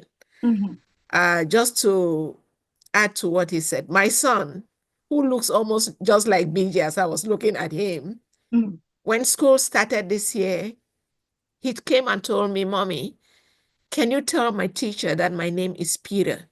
I would like that they should start calling me Peter. I said, why? His name is Ebot Tato. Peter is a baptismal name which we don't have in any of his documents because we name him all Ebot Tato Manyo Ayukaku. So when he said he wanted to be called Peter, it was curious. I said, okay, I'll talk to your teacher.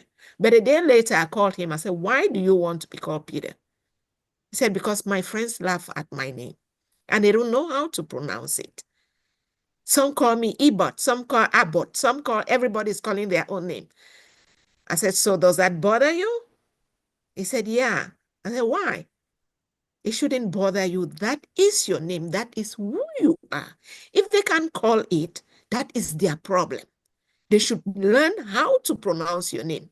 So you don't have a problem. Do you pronounce their own names? Yes, Mommy. I said, then you don't have a problem.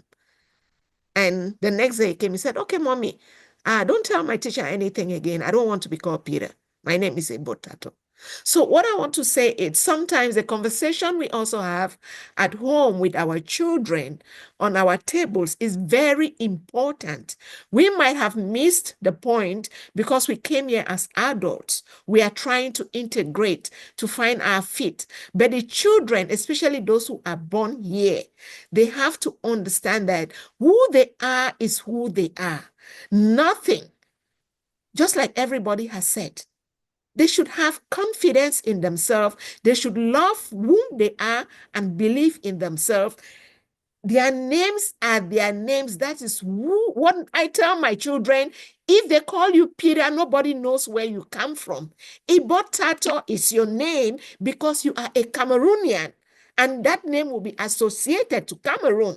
But if you are called Peter, then you have lost your identity. You have lost your identity. Nobody knows where you come from. So I just want to encourage us all that in spite of the difficulties and the challenge, but just like Coach Leah said and the others said, it is also our responsibility. There are facilities. You are improving your own skills. You're not doing it for somebody. You are doing it for yourself. It's also very important. Let us do that. Let us not be so defensive, but be proactive. Just like you are learning to cook. You don't learn to cook every dish on the same day. I am from Manu, but I learned to cook achu. It's not because I am from the Northwest, but I love it. So I want to learn how to cook it instead of going to buy it every day. So we should also be proactive. It is very important. Lastly, I just want to say, a lot of us left Africa, wherever, the Caribbeans, and came here because we had a dream. We had a big dream that our own countries could not provide for us. Let us embrace that dream. Let us embrace those dreams and let us serve the dreams. If you have a big dream, you need to embrace it and you need to serve it, no matter what it takes. Serve it. Use all the means possible. Use every ability to your, that are available and serve your dream. And let us stop complaining all the time, just like Dr. Joshua said. Thank you. Thank you so much. Thank you so much, Miley. That was really great. Somebody threw a question that I want you to throw light on it because some people might not be.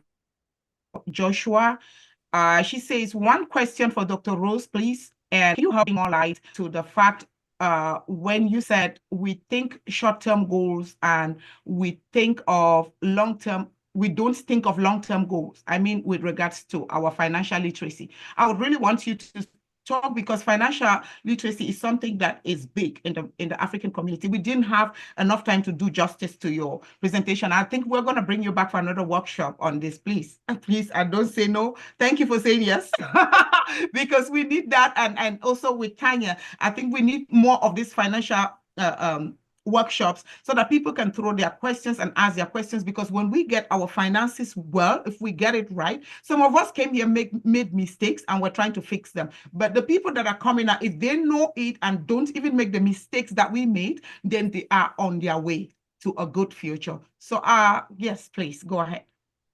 So I had actually typed, I think I typed in a response, but so here's the thing.